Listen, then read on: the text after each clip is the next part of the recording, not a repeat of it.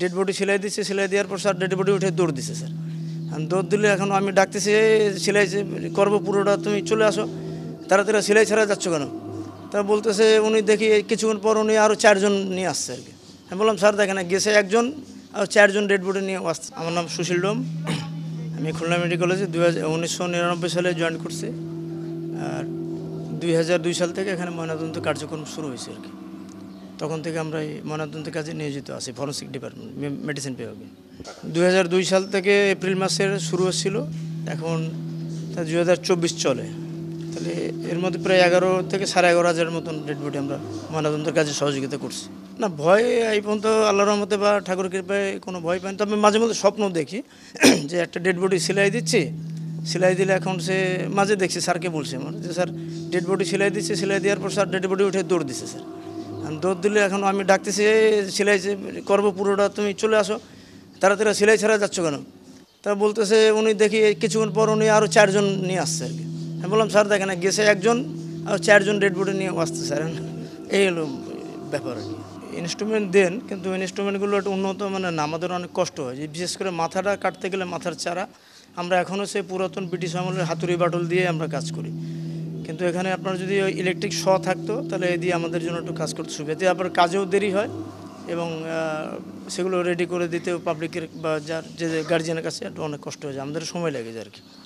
Electric হলে আমরা মাথার কাজটা একটু ভালোভাবে করতে পারতাম, কিন্তু হাতুড়ি বাটুল ব্রিটিশ আমলে বাড়ি দিতে দিতে অনেক সময় লাগে কাজ করতে। তো একদিন গেলে তার পরদিন বডি পচে যাচ্ছে, সেই পচা গন্ধ পোকালা ডেড বডি আমাদের কাজ করা লাগে। আমরা সেলাই দিই এবং সেলাই অনেক সময় ধরতে চান, অনেক কষ্টে সেলাই টেলাই করা লাগে।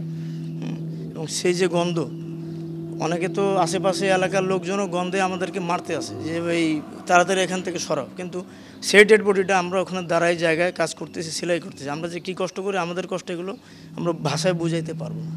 এখন যখন ছোট বাচ্চা আসে, অনেক মানে আমাদের এখানে তো মনে করেন যে 1 মাসের বাচ্চা থেকে আপনার 100 বছর বয়স পর্যন্ত বডি আছে।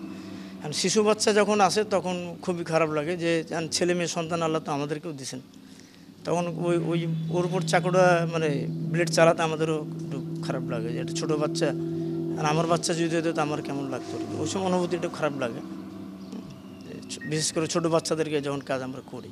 আমরা সবসময় চেষ্টা করি একটা লোক মারা গেছে, তার যদি মুসলমান হয় ইসলাম ধর্মের, তার গোসল করাবে, জানাজা পড়াবে, এই জন্য সেলাইটা আমরা খুব সুন্দর পচা হোক আর ভালো মানে বডি ফ্রেশ হোক, আমরা সবসময় চেষ্টা করি যাতে সেলাইটা ভালোভাবে দিই, যাতে ওনারা নিয়ে গোসল করায়, জানাজা পড়াইতে পারে।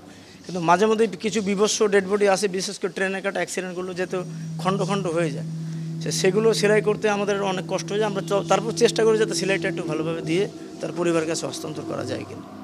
ওনারা তো এখন মেনে নিয়েছেন, আমার ফ্যামিলিগত কোনো সমস্যা নেই, আমার ছেলে মেয়ে ওনারাও বলছেন বাবা এটা তো তোমার কর্ম, কারণ কর্মকে তো ঘৃণা করা যাবে, আমি যদি কর্ম না করি তো আমি তাদের পেট সংসার চালাবো কী করে, এটা নিয়ে আমার ফ্যামিলির কোনো সমস্যা নেই।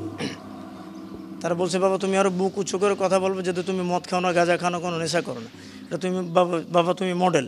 কারণ অন্য জায়গায় আমাদের যারা আছেন অন্য জেলাতে ওনারা মদ খায়, গাঁজা খায়, মানে মাদক সেবন ছাড়া ওনারা কাজ করেন না, কিন্তু আমরা যারা আছি এখানে এই ফরেন্সিকের কাজ সংশ্লিষ্ট, আমরা মানে বিনা মাদক সেবনে আমরা কাজ করি, এবং আপনি এটা তদন্ত করে দেখতে পারেন যে সুশীল সজলেরা কোনো মাদক সেবন করে কিনা।